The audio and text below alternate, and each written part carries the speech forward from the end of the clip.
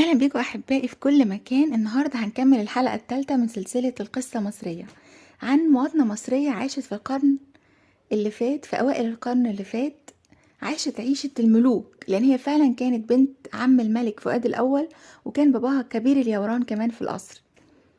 ليها 3 إخوات بنات وأخ وولد. أخوها كان ليه قصة مشهورة جدا جدا، وكان اسمه أمير الشباب، لدرجة إن بيقولوا في الأهرام إن هو صرف $500,000 قبل سنة 1923. هي نفسها عائشة هانم فهمي لما أخوها توفى في حادثة صعبة قوي حكينا عنها في الحلقة رقم 2. هي ورثت عن أبوها وأخوها حاجات كتير جدا جدا، وهي كان من ضمنهم قصر على النيل، والقصر ده موجود دلوقتي من أهم موروثات التراث المصري. هو مجمع للفنون أخدته الثورة منهم سنة 1958 تقريبا، بقى يعني تبع ممتلكات الدولة. القصر ده تصميم إيطالي، يعني هي اشترت نصيبها من إخواتها في سنة 1923 ب70,000 جنيه، متخيلين؟ فالحياة كانت حلوة جدا جدا. المهم ان هي عائشة هانم دي كانت متجوزة واحد و... وهي كانت بتحب الفنون والمسرح، وكان دايما في المسارح القديمة. لما كان أول واحد عمل مسرح هو يوسف وهبي، عمل مسرح كبير جدا اسمه نهضة رمسيس، وكان في حاجة اسمها بونوار. البونوار ده بيبقى زي بالكون كده، بس بيبقى تقريبا فوق خشبة المسرح على طول، يعني اللي قاعد في البونوار ده كأنه قاعد على خشبة المسرح معاهم. فكانت بتحب التمثيل جدا جدا، وكانت على طول متابعة يوسف بيه وهبي، وكانت معجبة بيه جدا. وطبعا هو ابن باشا وهو بيه كمان، فكانوا بيتقابلوا كتير في أماكن عامة يعني، وحاجات ثقافية وصالونات وأفراح وكده. فهي كانت معجبة بيه، بس هي كانت في مشكلة، كان في مشكلتين: ان هي اصلا متجوزة، وان هي اكبر منه ب16 سنة.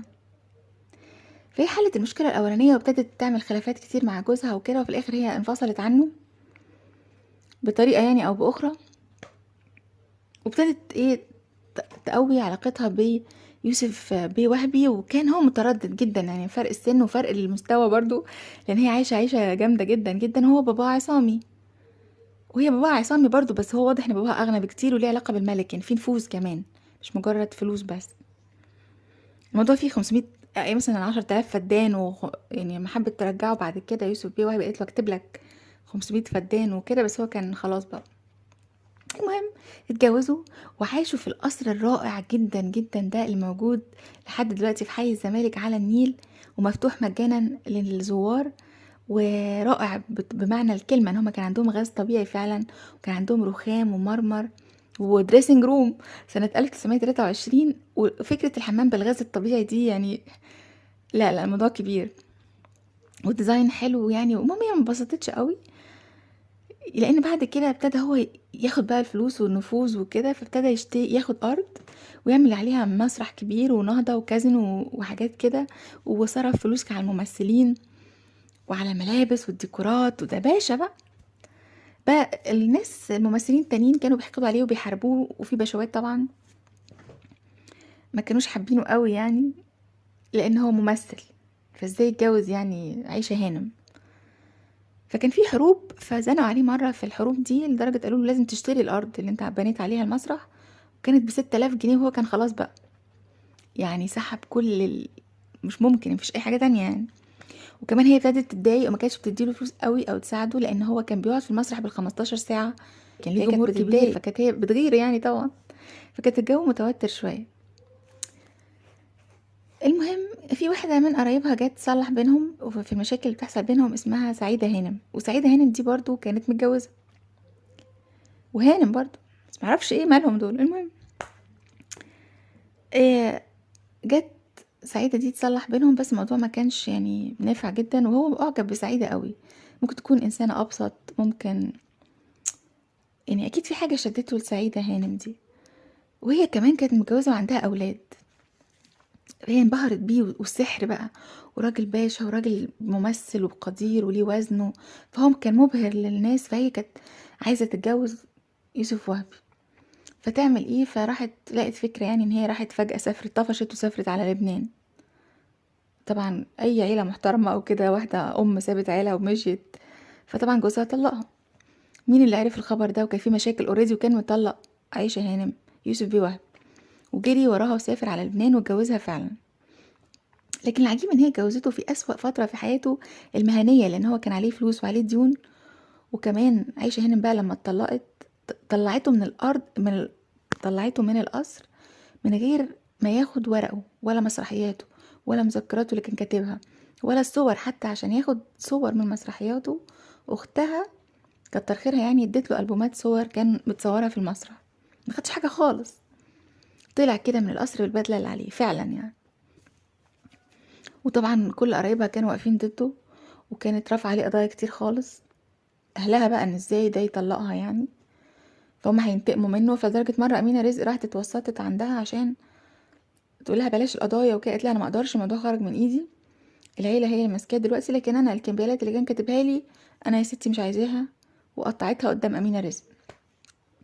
كل ده والست سعيده دي متجوزه يوسف وهبي في مكان يمكن شقه بسيطه جدا على السطوح، وراضيه ومبسوطه، وفضلت عايشه معاه لحد اخر يوم في حياته. والحال اتصلح بعد شويه، وابتدى يعمل مسرحيات تاني، وقف على رجليه تاني وبعد كده اشتغل وجاب فلوس وسدد كل ديونه، وبنى قصر كبير جدا ورهيب يعني، حلو جدا جدا في ناحية الجيزة والهرم كده. لدرجة القصر ده موجود لحد دلوقتي. وجه فندق يشتري الأرض اللي حواليه، فيوسف بيه وهبي راح باع لهم الأرض وقال لهم خلي بالكم من القصر ما تدوش. وفعلا القصر موجود في الفندق في الهرم لحد النهاردة. العجيب بقى ان هي كمان ما اكتفتش ان هي بهدلته وكده، ما عرفتش تبهدله، واتجوز وسعيد وكل حاجة. فحبت تغيظه فاتجوزت ممثل تاني. ناس كتير بيقولوا انها حبت الممثل ده، لكن في ناس بتقولك لا انها كانت بتغيظه، ولا جابت واحد النقيض. يعني ازاي تعجب بيوسف بيه وهبي وتتجوز بعد كده الفنان المونولوجيست شكوكو؟ فهي اتجوزت شكوكو، وشكوكو جه من الحارة على القصر الملكي ده وعاش فيه، وكان بيلعب بلياردو في نفس المكان، وعايش في نفس الروعة دي لفترة من حياته. وبرضو الدنيا كانت مقلوبة يعني، وفي الاخر اضطر ان هو يطلقها. كان في حروب كتير قوي. الحقيقة الست دي ما استفادتش قوي من الغنى الرهيب ده. اوكي اتجوزت يعني مرة او اتنين، لكن ما اتجوزتش بعد كده، فضلت قاعدة في القصر ده، ما عندهاش اولاد. وكانت كل اهتماماتها بالهلال الاحمر، وكانت رئيسة جمعية الهلال الاحمر. وكان ليها حاجات خيرية رهيبة جدا جدا يعني، كانت شخصية حلوة ومؤثرة في المجتمع. وفضلت عايشة في القصر ده لحد بعد الثورة، لحد سنة 1958. وبعدين اخدوا منها البيت ده او القصر، وفضلت عايشة لحد 1962 وماتت.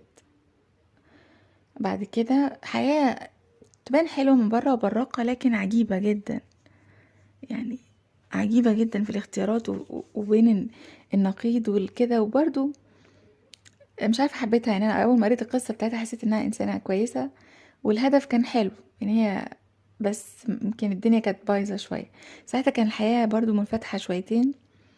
والفلوس كونها إنها تدفع 100,000 جنيه عشان تتطلق، أو إنها يعني تقول له ارجع لي واديك 500 فداني، برضو في فلوس كتير.